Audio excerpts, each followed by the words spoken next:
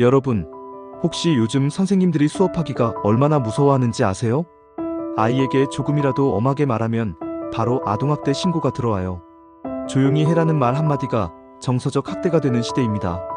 심지어 올해 5월 제주의 한 중학교 선생님이 악성 민원을 견디지 못해 극단적 선택을 했어요. 2년 전 서희초 사건 이후 교권보호법이 바뀌었다고 하는데 왜 아직도 이런 일들이 반복되는 걸까요? 교실에서 대체 무슨 일이 벌어지고 있는지 함께 알아보겠습니다.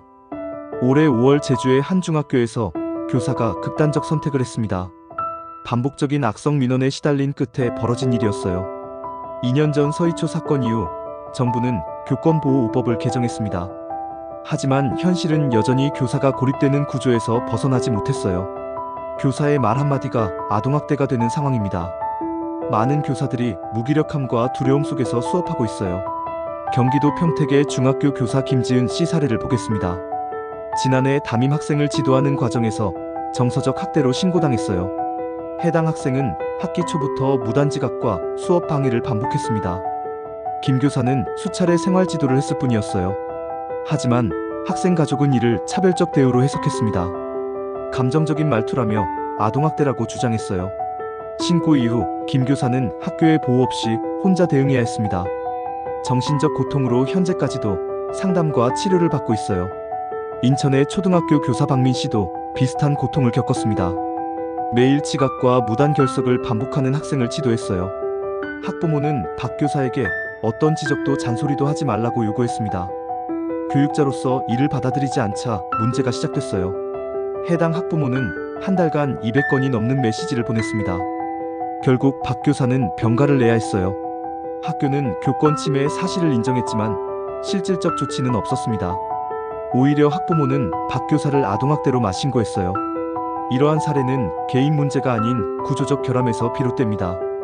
2023년 9월부터 올해 2월까지 통계를 보면 충격적이에요.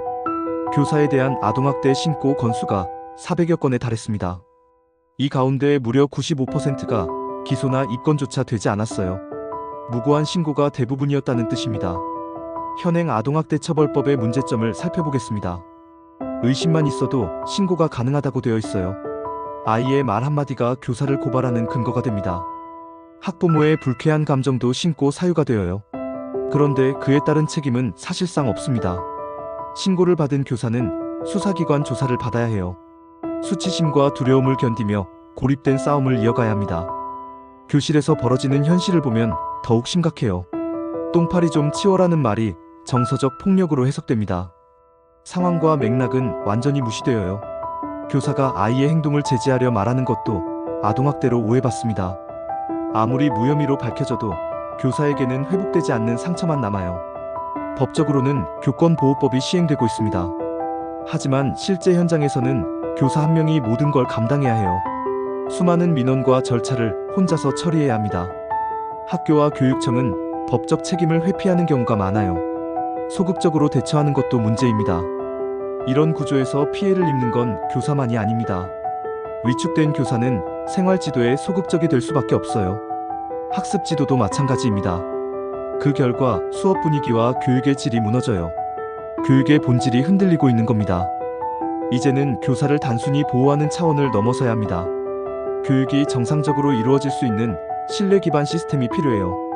악성 민원에는 강력한 대응을 해야 합니다. 무고한 아동학대 신고에는 책임을 묻는 제도가 마련되어야 해요.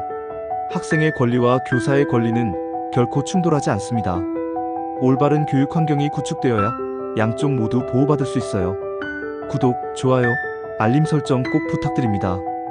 또한 댓글은 저에게 힘이 됩니다. 감사합니다.